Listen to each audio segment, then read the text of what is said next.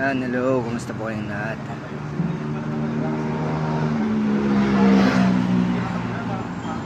Yan, di bale sa ngayon nakapon na din. Grabe, saklap naman. Di bale, pauwi na rin ako, kaso nga lang ito nakatapos ko lang mag-merenda dito.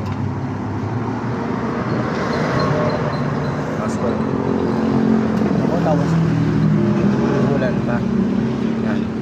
Di bali kaninang umaga napansin na ni ang mother ko na hindi okay tong gulong ko. So flat siya, wala siyang hangin. So nangyari, yung van ko, tapos nakapag-rides din naman ako. So nakapag-rides pa ako ng maghapon. Pero kani-kanina lang napansin ko na mayroon na palang kanto nakaipit na nakaipit. Ito to, pagyan ko na lang. Ito siya oh.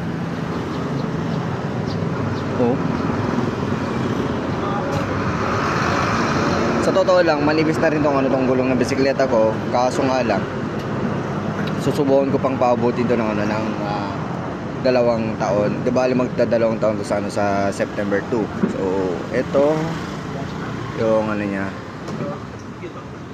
yung kanyang butas.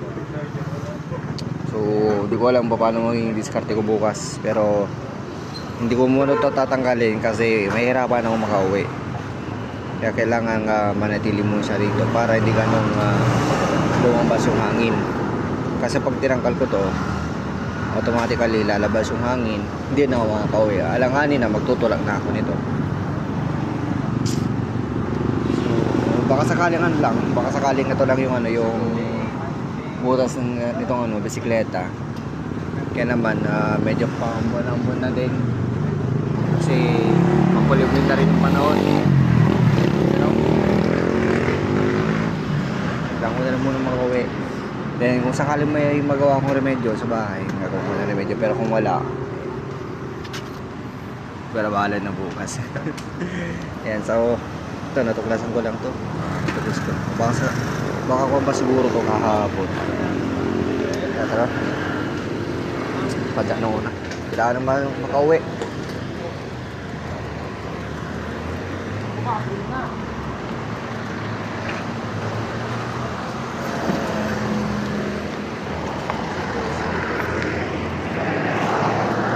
Lord, always guide me as unto my way, turn me back to my system.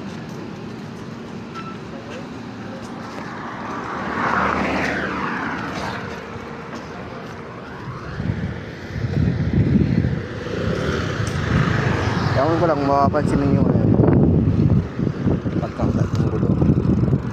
Kasi flat talaga siya.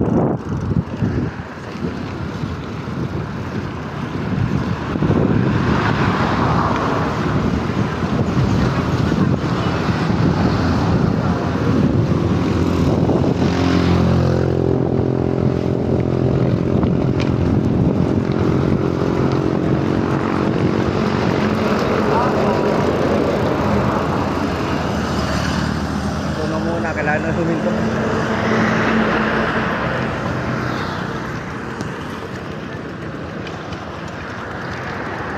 Silong muna, silong.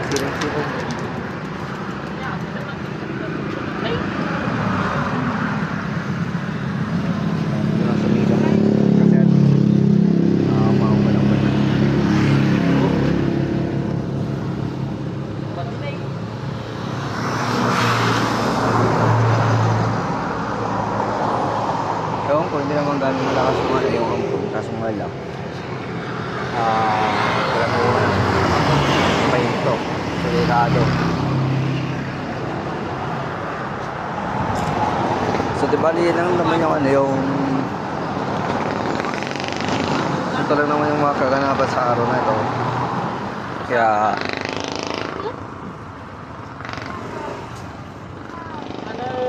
ingat na lang po sa ating lahat and God bless po sa ating lahat. Oops. Teka lang. Kala mo, ending video.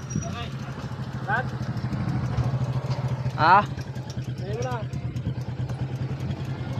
Sakay mo na. Iyan ko ako, ipabulgarize ko mapilang. Ah, well, yung takas na dyan. Jay. Itabag vulcanize saan?